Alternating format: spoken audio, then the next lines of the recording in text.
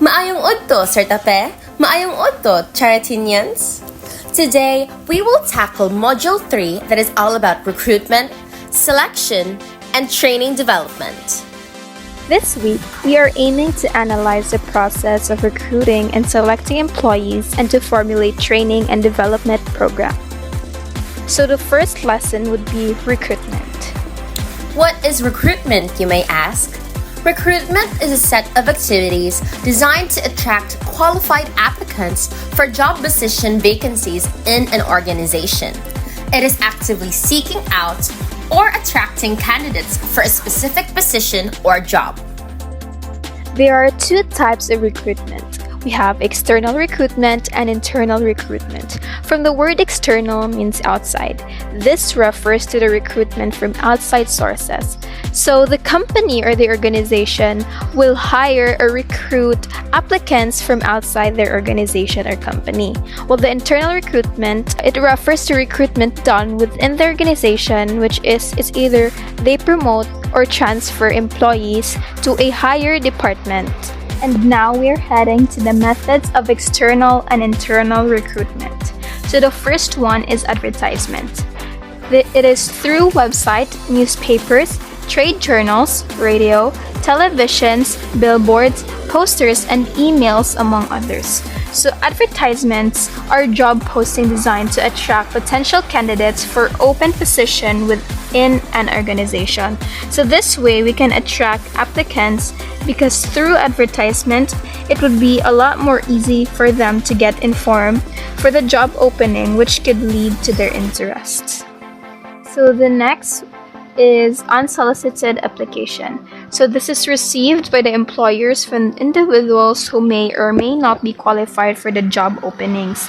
So the word unsolicited means not asked for or wala gihatag or done voluntarily. So unsolicited application is mahitabo ni siya when an applicant applies for a job without the company having posted a job opening. So kani nga approach is mag-allow sa mga job seekers para ma-express nila ang ilang interest to work in that company even though wala nag-advertise ang company nga naay job vacancies. So the third one is internet recruiting. So independent job boards on the web commonly used by the job seekers and recruiters together and disseminate job opening information. So internet recruiting refers to use of internet and other digital technology to attract and hire candidates for job openings. So through internet is diri mangita ang mga job seekers ug mga job opening information or mga companies nga naay job vacancies. While ang mga recruiters is sila mo'y mag-provide sa mga kailangan nga information or mga information nga nag-ingon or nag-tell nga naay job vacancy ang ilahang company. The fourth one is employee referrals. These are recommendations from the organization's present employee who may usually refers friends and relatives who they think are qualified for the job.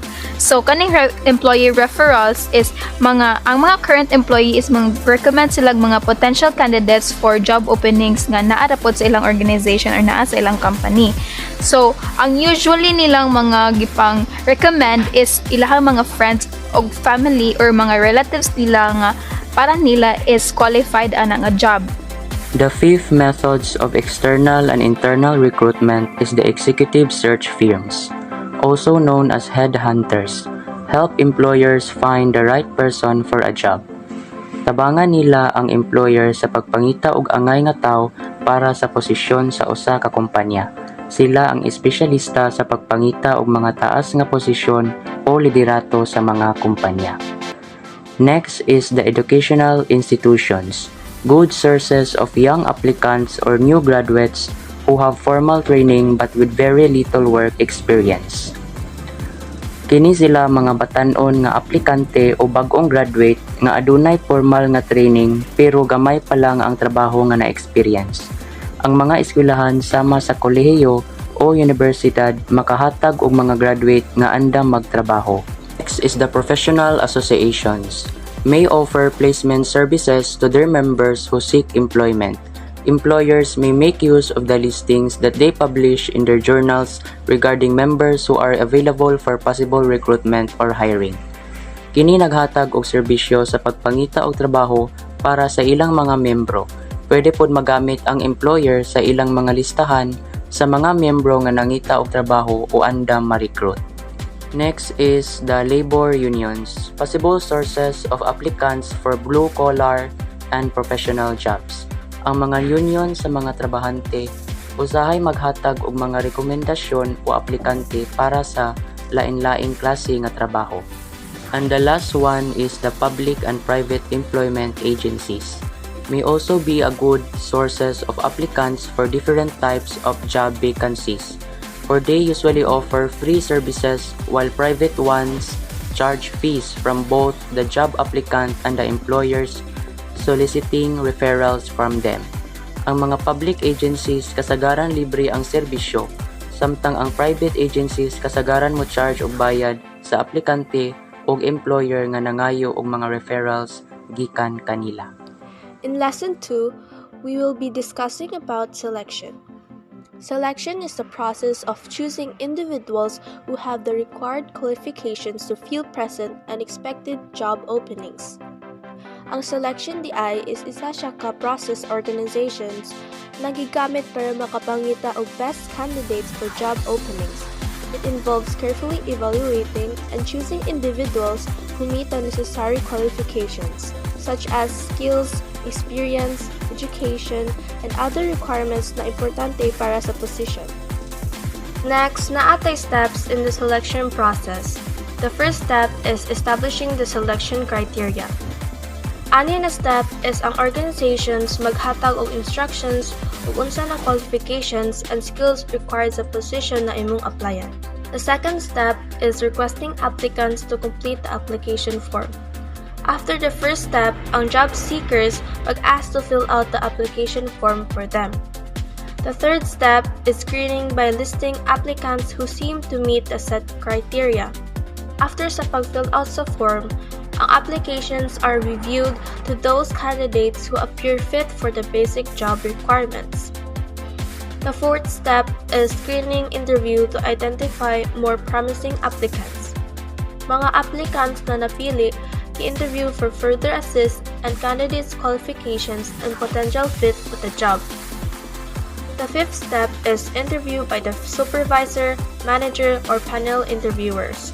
Ani, i-interview na kag isa ka supervisor, manager, or panel interviewer for thoroughly assist based in job-related factors like technical skills, cultural fit, and uban pa. The sixth step is verifying information provided by the applicant. The employers will check the accuracy of the information na gi-provided sa applicant. This step ensures the honesty and the accuracy of the candidate's background.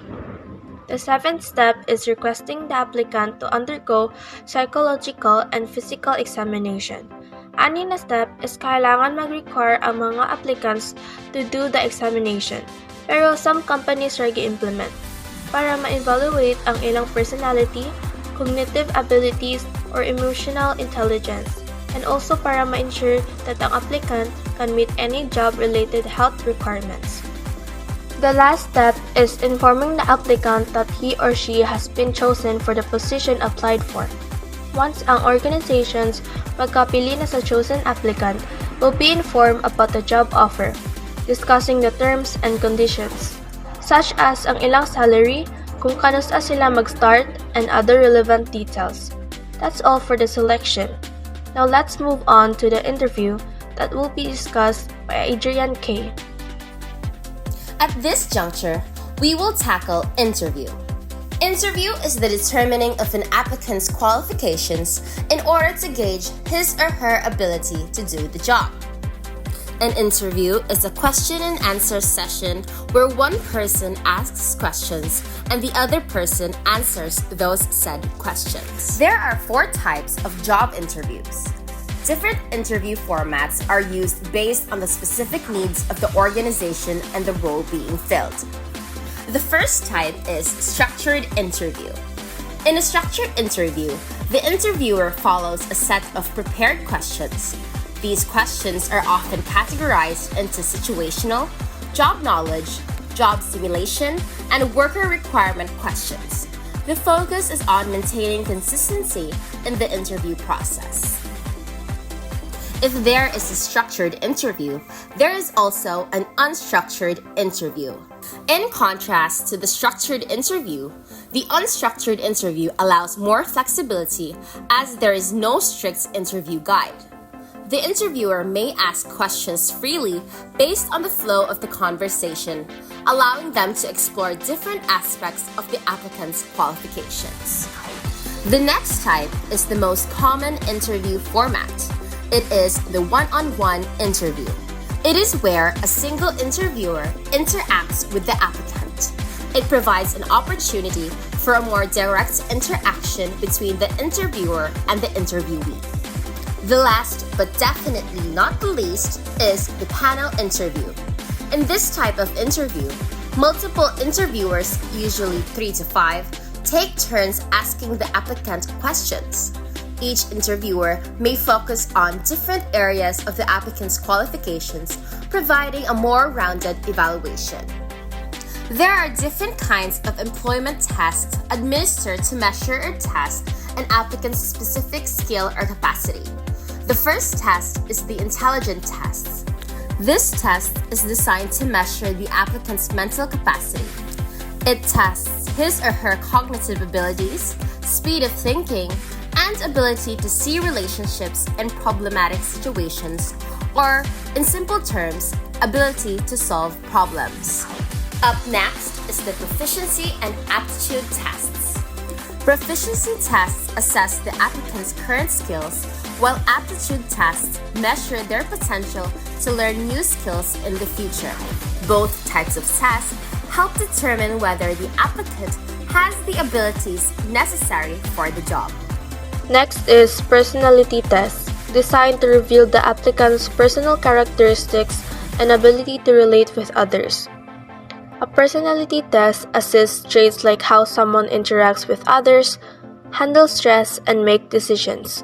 It helps determine if a person fits into a work environment and can collaborate well with others. The last one is vocational test that shows the occupation best suited to an applicant. A vocational test identifies a person's skills, interests, and values to suggest the best career paths suited for them. It helps guide individuals towards jobs where they are most likely to succeed and be satisfied. That is all for the lessons 1 and 2 of Quarter 2, Module 3 in Organization and Management. Keep safe, mabuhay!